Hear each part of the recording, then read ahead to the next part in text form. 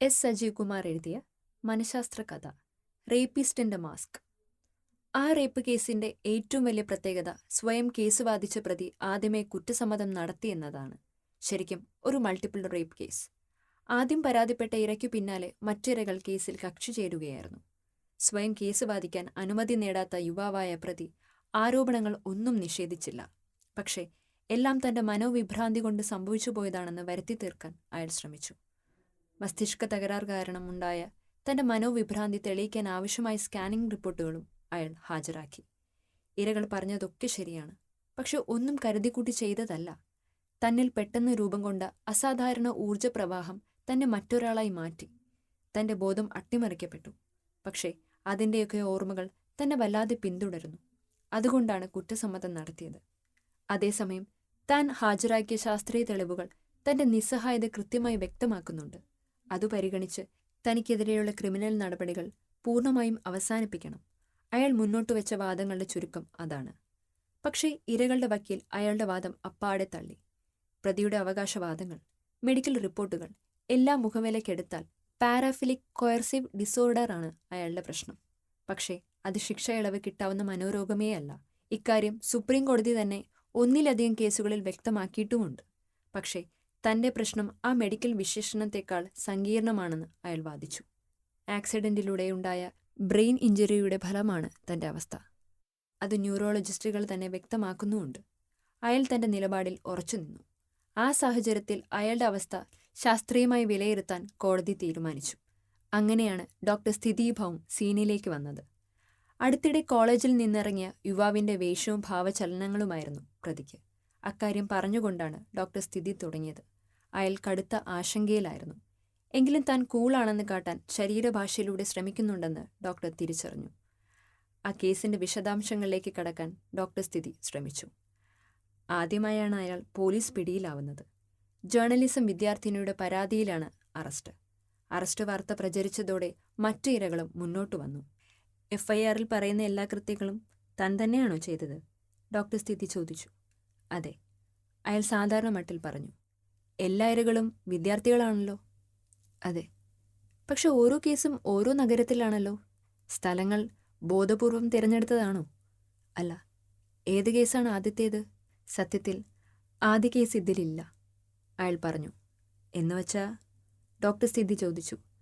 ആദ്യ ഇര പരാതിപ്പെട്ടില്ല. കാരണം നാണക്കേട് ഭയന്നിട്ടാവും. ഒരാൾ മാത്രമാണോ പരാതിപ്പെടാതിരുന്നത്? അല്ല, 3 പേർ കൂടിയുണ്ട്. പോലീസ് അതൊന്നും രേഖപ്പെടുത്തിയിട്ടില്ലല്ലോ. പോലീസ് അറിഞ്ഞിട്ടില്ല. അവർ ചോദിച്ചില്ലേ? പലതവണ ചോദിച്ചു, പക്ഷെ പറഞ്ഞില്ല. ശിക്ഷ കൂടുമെന്ന് ഭയന്നിട്ടാണോ? അല്ല, പരാതിപ്പെടാത്തവരെ പ്രശ്നത്തിലാക്കണ്ടെന്ന് കരുതി. നിഷ്കളങ്കമെന്ന് തോന്നിച്ച ആ മറുപടി കേട്ട് ഡോക്ടർ സ്ഥിതി തെല്ലത്ഭുതപ്പെട്ടു. എങ്കിലും പെട്ടെന്ന് ഓർത്ത പോലെ പ്രതിയെക്കുറിച്ചുള്ള പോലീസ് വിവരണത്തിലേക്ക് കടന്നു. സ്വകാര്യ ബസ് ഡ്രൈവറുടെ ഏക മകൻ, വീട് റെയിൽവേ പുറമ്പോക്കിൽ. ആ വീടിനൊപ്പം പ്രതിയുടെ അമ്മ നടത്തുന്ന ചെറിയ ഫാൻസി ഷോപ്പ്.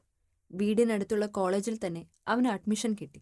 പക്ഷേ വളരെ പെട്ടെന്ന് ആ ക്യാമ്പസിൽ നിന്ന് അവനെ പുറത്താക്കി. കാരണം വിദ്യാർത്ഥി സംഘടനത്തിനിടെ അധ്യാപികയെ ആക്രമിച്ചു. അധ്യാപികയുമായി എന്തായിരുന്നു പ്രശ്നം? ഡോക്ടർ സ്ഥിതി ചോദിച്ചു. സത്യത്തിൽ ഞാൻ ടീച്ചറിനോട് തർക്കത്തിൽ ഏർപ്പെടുക മാത്രമായിരുന്നു. തിരക്കിനിടെ മറ്റാരോ അവരെ ഉന്തി താഴെയിട്ടു. പക്ഷേ അന്ന് BSc ആദ്യ വർഷം അല്ലേ? അല്ല, 2ാം വർഷം. Main subject chemistry. എന്തുകൊണ്ടാ കെമിസ്ട്രി? കെമിസ്ട്രിക്ക് കൂടുതൽ മാർക്ക് കിട്ടിയിരുന്നു. കോളേജിൽ തിരികെ കയറാൻ ശ്രമിച്ചില്ലേ? ഒരുപാട് ശ്രമിച്ചു, പക്ഷെ തീരുമാനം വൈകി. എന്താണ് സംഭവിച്ചത്?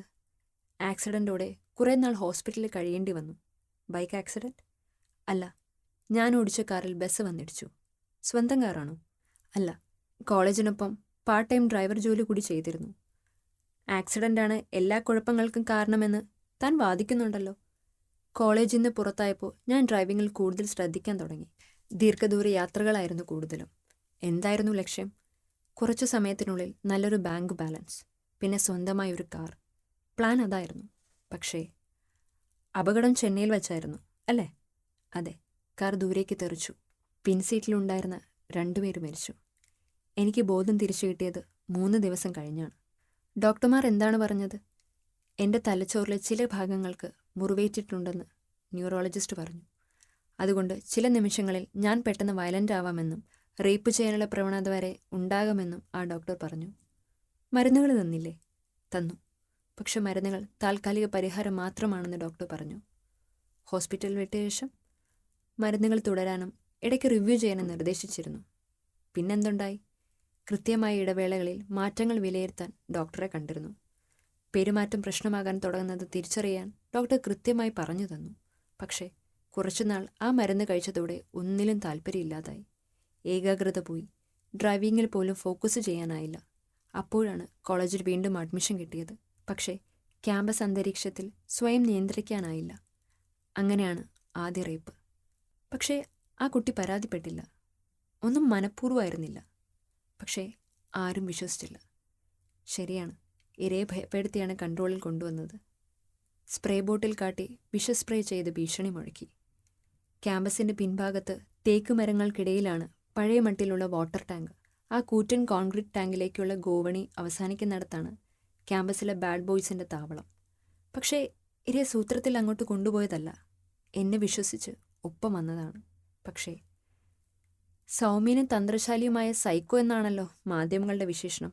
ഡോക്ടർ സ്ഥിതി ഇടപെട്ടു. മാധ്യമങ്ങൾ മാത്രമല്ല, പോലീസും. പതിവ് ലേബലുകൾ പതിച്ച് അവർ സ്വന്തം ജോലി കളറാക്കിയതാവാം. അയാൾ പറഞ്ഞു. നിങ്ങൾ എന്താണ് പറയാൻ ശ്രമിക്കുന്നത്? കുറ്റകൃത്യങ്ങൾ ഒരേപോലെ ആയിരിക്കാം, പക്ഷേ അത് ചെയ്യുന്ന എല്ലാവരും ഒരേപോലെ ആയിരിക്കില്ല, അയാൾ പറഞ്ഞു. 2. കോടതി നിർദ്ദേശിച്ച ദിവസത്തിനുള്ളിൽ തന്നെ ഡോക്ടർ സ്ഥിതി റിപ്പോർട്ട് സമർപ്പിച്ചു. അതിൻ്റെ ചുരുക്കം ഇതാണ്. അയാൾ ഹാജരാക്കിയ ചികിത്സാരേഖകൾ അയാളുടെ ന്യൂറോളജിക്കൽ പ്രശ്നങ്ങൾ ശരിവെക്കുന്നുണ്ട്. പക്ഷേ ഇത്തരം ബ്രെയിൻ ഇഞ്ചുറി കാരണമുള്ള ഹൈപ്പർ സെക്ഷുവാലിറ്റി ഏറെക്കാലം നീണ്ടു നിൽക്കാറില്ല. അതേസമയം അയാൾ ചെയ്ത റേപ്പുകൾ ഒന്നും കരുതിക്കൂട്ടി ചെയ്തതാണെന്ന് കൃത്യമായി പറയാനാവില്ല. പക്ഷേ ഡോക്ടർ സ്ഥിതിയുടെ ആ റിപ്പോർട്ട് കോടതി വിധിയെ സ്വാധീനിച്ചില്ല.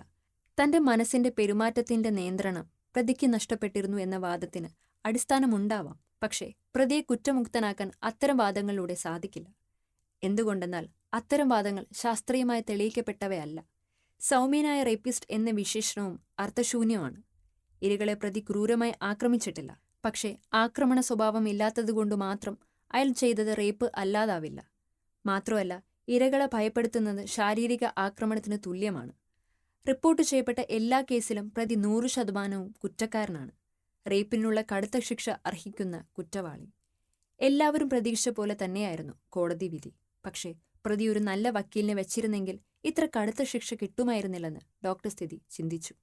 അയാളുടെ വാദമുഖങ്ങൾ തീരെ ദുർബലമായിരുന്നു. ഇരയെ കൊല ചെയ്യുന്ന കുപ്രസിദ്ധ റേപ്പ് പ്രതികൾ പോലും തങ്ങൾ കൃത്യം നടത്തിയിട്ടില്ലെന്ന് തെളിയിക്കാനാണ് അവസാന നിമിഷം വരെ ശ്രമിക്കുക. എന്നാൽ അയാൾ ആദ്യമേ തന്നെ എല്ലാം താൻ തന്നെയാണ് നടത്തിയതെന്ന് സമ്മതിച്ചു. മാത്രമല്ല, എല്ലാം സംഭവിച്ചത് തന്റെ രോഗാവസ്ഥ കൊണ്ട് മാത്രമാണെന്ന അയാളുടെ പ്രതിരോധം പോലും ശക്തമാക്കാൻ അയാൾക്ക് കഴിഞ്ഞില്ല.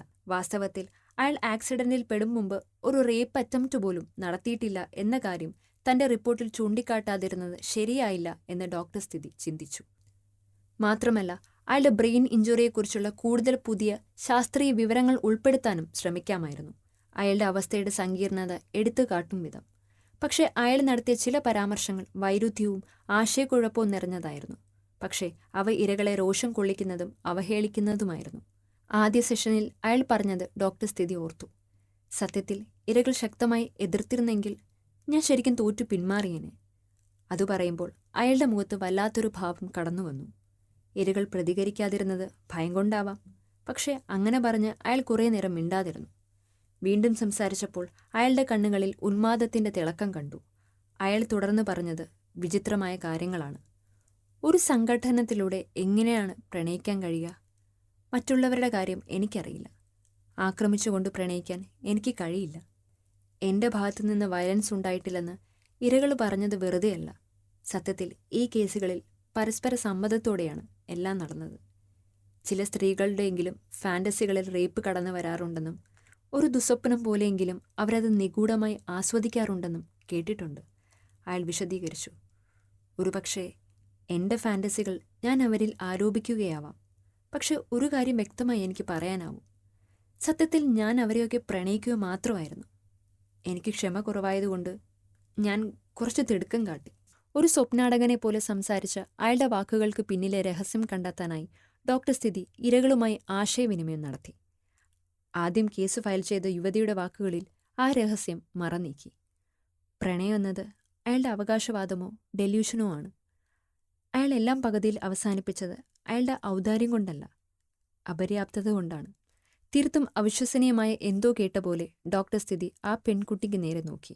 പക്ഷേ അയാൾ വളരെ വലിയ ട്രോമ തന്നെയാണ് ഞങ്ങളെ സൃഷ്ടിച്ചത്. പക്ഷേ കേസ് ഓപ്പൺ ചെയ്ത ഘട്ടത്തിലെ ഡോക്ടർ എന്തുകൊണ്ടാണ് ആ സത്യം മറച്ചുവെച്ചത്? ഒടുവിൽ ആ ഡോക്ടറോട് തന്നെ ഡോക്ടർ സ്ഥിതി അക്കാര്യം തിരക്കി. ഇത്രയും വിചിത്രമായ ഒരു പ്രതിരോധ തന്ത്രം ഞാൻ മറ്റാരിലും കണ്ടിട്ടില്ല. ആ ആവശ്യം അയാൾ മുന്നോട്ട് വെച്ചത് കേസിൽ നിന്ന് രക്ഷപ്പെടാൻ വേണ്ടിയായിരുന്നെങ്കിൽ ആ നിമിഷം തന്നെ ഞാൻ അയാളെ പുറത്താക്കിയേനെ. But actually he was half important. ഞാനത് റിപ്പോർട്ട് ചെയ്താൽ അയാൾ ആത്മഹത്യ ചെയ്യുമെന്ന് ഉറപ്പായ ഘട്ടത്തിൽ ഞാൻ റിപ്പോർട്ട് മാറ്റി എഴുതി.